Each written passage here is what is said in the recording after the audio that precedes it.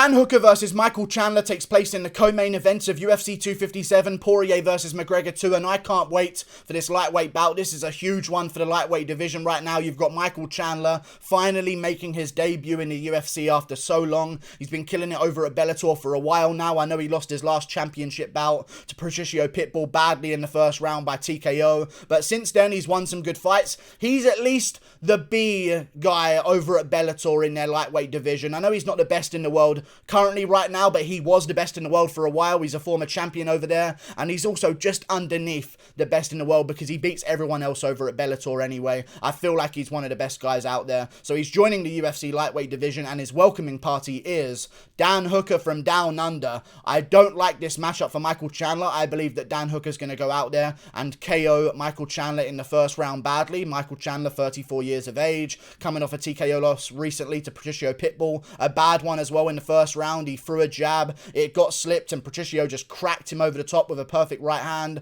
put him out badly. I know he complained about an early stoppage, but if that was allowed to go on, Patricio would have just been raining down punches on a confused and barely conscious Michael Chandler on the ground anyway. I saw no problem with it whatsoever, but still, Dan Hooker is a dangerous man to make your debut against, and a real fall from grace for Michael Chandler because he was offered Ferguson, he was offered Gaethje, he was offered a replacement for a title bout at lightweight in one of the best divisions in the UFC and the biggest money fight divisions in the UFC as well. And now he's got number 6 Dan Hooker, a bad style matchup, self-admitted by Michael Chandler as well. And I think it's going to end badly for him. Dan Hooker will find a knee up the middle from Down Under and KO Michael Chandler at the end of the first round. In my opinion, the way I see this fight playing out is that Dan Hooker's going to come out there, slam home calf kicks in the first round. We've seen Michael Chandler have problems with them in his career over at Bellator. Brent Primus, of course, shut down Michael Chandler's entire leg with that calf kick the same way Marlon Vera did to Sean O'Malley. Is that chance that your nerves are just going to shut down, or is that a problem that people have with their legs? Some people's legs are just not made to take the calf kick the same way other guys are. We have not seen a repeat circumstance from Sean O'Malley or Michael Chandler, so we're not really too sure. However, we did see that Henry Cejudo, who got his calf shut down against Demetrius Johnson, did not have it done against Marlon Moraes even after eating a bunch of leg kicks. Maybe it's because of the weight cut, who knows, but Michael Chandler has shown to be susceptible to that calf kick previously in his career and has injured himself out of a fight in that way against Brent Primus badly. I think Dan Hooker's going to go straight to that calf kick early, get things started, be out striking Mike Chandler in the early part of the round, and then Chandler's going to come forward at the end looking to steal the round back for himself with a takedown with a big overhand, and he's going to dip himself right into a knee up the middle from Dan Hooker, out cold. I think it's going to be a bad one. Dan Hooker's been whooping this style for a very long time in his career. I mean, if you look at all of Dan Hooker's opponents that he shines against, they are all shorter guys, really. The Paul Felder fight was a win. I thought he won that fight 3-2 as well on the scorecards. I know Felder had a great 4th round. I thought Dan Hooker snuck the 5th, snuck the 1st, snuck the 3rd. The 2nd can go either way, but I edged towards Felder, but the 4th went to Felder as well, but I didn't give a 10-8, so I thought 3-2.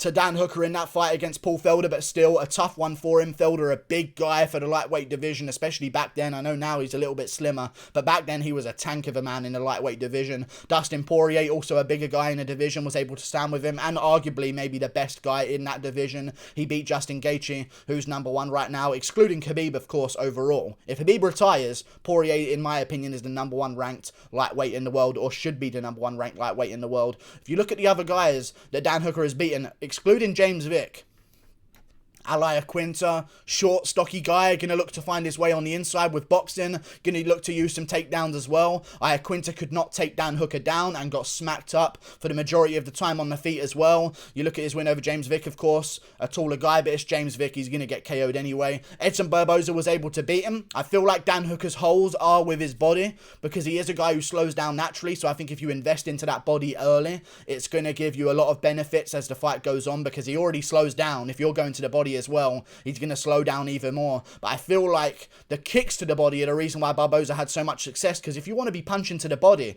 you're naturally leaving yourself open to those knees up the middle that he loves so much. And we've seen that in his fights before against Ross Pearson. A shorter guy with boxing was looking for body shots in that fight, was doing quite well in that fight as well. Dan Hooker finds the knee up the middle. Mark Jacasey as well tried to take down Dan Hooker, got controlled on the ground in that bout. Dan Hooker showed some great grappling. Mark Jacasey shot for a takedown in the third, immediately got guillotined badly. He shot 5 times in that fight. He failed all 5 takedowns. Same with Ross Pearson. Shot for takedowns, failed them. Jim Miller as well. I don't think he even got a chance to shoot for a takedown. But again, a short, stockier guy who's got good grappling and got good boxing as well. Gets smacked with a knee up the middle by Dan Hooker. You look at Gilbert Burns as well. Shorter guy, likes to box, likes to grapple, can take down Tyron Woodley at will. Can KO Damian Maia. I know it was a different guy at 170 now, but still, it's Gilbert Burns, and he was closer to his prime at 155 than he was at 170. Now, is the weight cut a huge deal? Maybe, but at the same time, it's Gilbert Burns, and I think we can justify now that Dan Hooker is actually really, really good and one of the best guys in the UFC at the moment in that lightweight and welterweight divisional bracket. Gilbert Burns, shorter guy, looking for shots, went for a takedown against Dan Hooker. Gilbert Burns, the jiu-jitsu savage, went for a takedown against Dan Hooker in that fight, immediately regretted it because he was put in a guillotine straight away, the same way Jacasey was in that third round, but Burns immediately bailed on that takedown, went back to the feet, but again, Dan Hooker in that fight, I know a lot of people talk about the left hook to the body and the left hook upstairs that put down Burns. What about the knee up the middle that landed in the first place that rocked Gilbert Burns that led to that finish, and that straight right hand that dropped Gilbert Burns at the start of the fight as well? I just feel like this fight is tailor-made for Dan Hooker to go out there and get the job done, and Chandler just isn't a big enough underdog for me to even entertain a decision to pick him. You got to be more of an underdog. The odds are somewhat close. I don't like that. I mean, Michael Chandler, 34 years of age, coming out of his prime, the lightweight division, the primes don't last too long. I know some guys like Tony Ferguson can maintain it for like their 35s and 36s. Now we're starting to see him slip at 37. Michael Chandler at 34. He beat Benson Henderson in his last fight. I know a win against Sidney Outlaw is quite good as well. But Sidney Outlaw, very good. But again, we don't know how great these Bellator guys are. Sidney Outlaw has beat some good opponents. But like, they're regional guys sometimes. Until you get to the top at the Bellator rankings, it seems to be like a massive drop-off point to where the talent just immediately diminishes. I feel like the top contenders at Bellator can compete in the UFC, but they don't have to run the same gauntlet that the UFC guys do by taking on the undefeated contender on their way up, by getting the Mark Jacasey, who's KO'd 2 guys in the UFC brutally, while you make your debut in the lightweight division or move up to the lightweight division. I feel like Dan Hooker's been tested more. I know Michael Chandler's beat some good opponents. I just feel like every single time we see him go up against a great opponent, it's not the easy finish that he gets against the other guys. You look at the Benson Henderson fight. The last time he fought Benson Henderson, TKO'd him in the first round brutally. Great job, Michael Chandler. Benson Henderson's 37 years of age now. When Benson Henderson was 33, he took Michael Chandler to a split decision at Bellator. I think that's more of a difference of Benson Henderson being 33 to 37 than Chandler being 30 to 34, in my opinion. And I see all these other guys that he's fought. He beat Sidney Outlaw. He took Brent Primus to a decision. He beat Brandon Gertz nice and quickly. Go to Yamaguchi. Took him to a unanimous decision. Benson Henderson to a split decision. He beat Patricky Pitbull, the least favourite Pitbull brother of the family, I would assume, by first round TKO brutally as well. Listen, I'm not denying Michael Chandler here. I'm just picking Dan Hooker. Chandler is an absolute savage. He's brutal in that first round. Don't think he has the power to put out Dan Hooker, the chin that he's got. Maybe he took too much damage against Poirier, and we're going to see him, you know, maybe that's the straw that broke the camel's back. It could be the same story with Qatar moving on in his career. That's a lot of shots to take. But Dan Hooker took a long time off since that Dustin Poirier fight. 6 months overall. That's a good amount of time to take off, in my opinion. I mean, it's nearly 6 months. I think we're a couple of days away from it officially being 6 months long by the time he gets in there at 257. But I'm looking forward to it, man. And who would think as well, I just thought about this just a second ago. I know both of them went to war, but Dan Hooker is technically returning to the cage before Dustin Poirier is, which is crazy when you look at those last few rounds, the beating that he took because of how tired he was, and the fact that the fight is 3 rounds. That is a blessing for Dan Hooker, man. That's another point I need to mention. I don't know if I've already mentioned that in this video because I've been rambling a bit because I got a lot to say about this one. But yeah, 3 rounds is a blessing.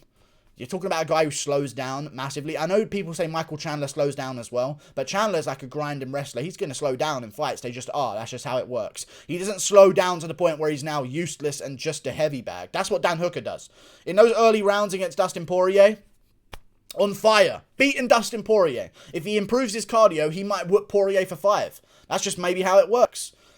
His cardio limited him massively. In the third round, he was completely out of it. Was shooting for takedowns. Fourth and fifth, it got really bad as well. But the third round was quite close still. The fifth round was pretty close at the start. Like, Dan Hooker was landing some decent shots, but Poirier was definitely getting the better of him. Good fight, but Dan Hooker, I just feel like it's night and day, the guy that shows up in rounds 4 and 5 compared to the guy that shows up in rounds 1 and 2. Dan Hooker in a 3-rounder is definitely benefiting more than Michael Chandler is. I think he just cracks him with that knee up the middle perfectly. And you look at other guys. Will Brooks beat him 14-1. Will Brooks beat him again by split decision 13-1. Eddie Alvarez beat him. Then you go down to the David Rickles and the Rick Horn and the Akira Gono.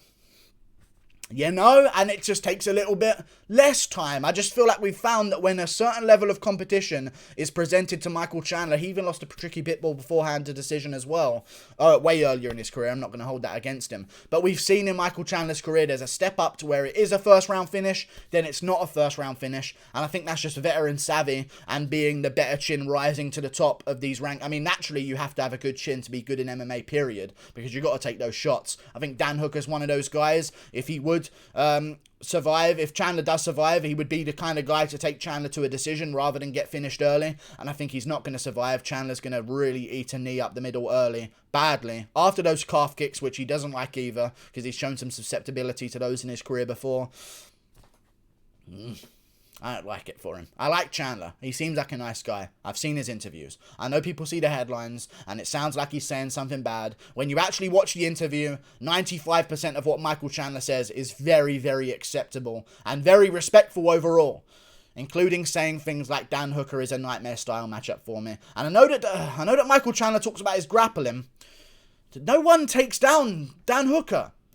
No one does. They try, they almost get submitted, and they fail the majority of the time. I know Poirier had a moment in the 5th where he got Dan Hooker down finally in that bout, but he tried 7 times, and many times early, in the middle of warfare combinations, to take down Dan Hooker, and somehow Dan Hooker stays on his feet throughout it. In the middle of throwing bombs and eating bombs, Poirier is shooting perfectly timed, in credit to Poirier. Perfectly timed double legs. The perfect double leg, if you want to finally get a guy to the ground, was shot by Poirier in that fight. And Hooker just stuffs him.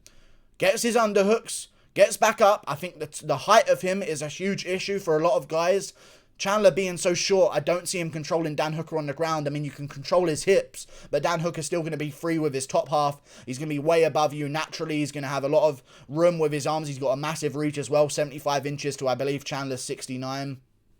I don't know quite what his reach is. I think the UFC measured it at 71.5, but it's always been 69 inches at Bellator, so I don't know what his inch is. But either way, Dan Hooker's got a massive reach advantage here. Massive reach advantage. Massive height advantage as well. And those long arms and that long frame when you're trying to get a guy down. He's got a lot of leverage to get himself back up with those arms. And I don't see Chandler being the kind of Khabib I need to see to be really smushing Dan Hooker on the ground. Because everyone who's tried so far has completely failed in that lightweight division. At featherweight, he had some problems because of how his gas tank was. And he wasn't as good at featherweight. But since moving up to lightweight, he just seems like a full package of a fighter. And if you can't find the body shots with the kicks, or be the level of guy that Dustin Poirier is and have that cardio in those later rounds, which Chandler doesn't, he also slows down a little bit, I don't think you're going to beat Dan Hooker, and you don't even have those later rounds to even hope on.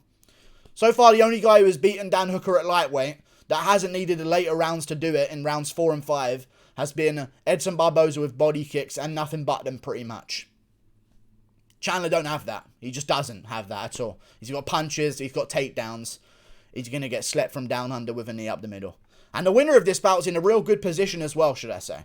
It's a real logjam at lightweight, but the winner of this one, especially if it's Dan Hooker, he knew what risk he was taking on Michael Chandler, because he could lose everything here. He could slip right down those rankings.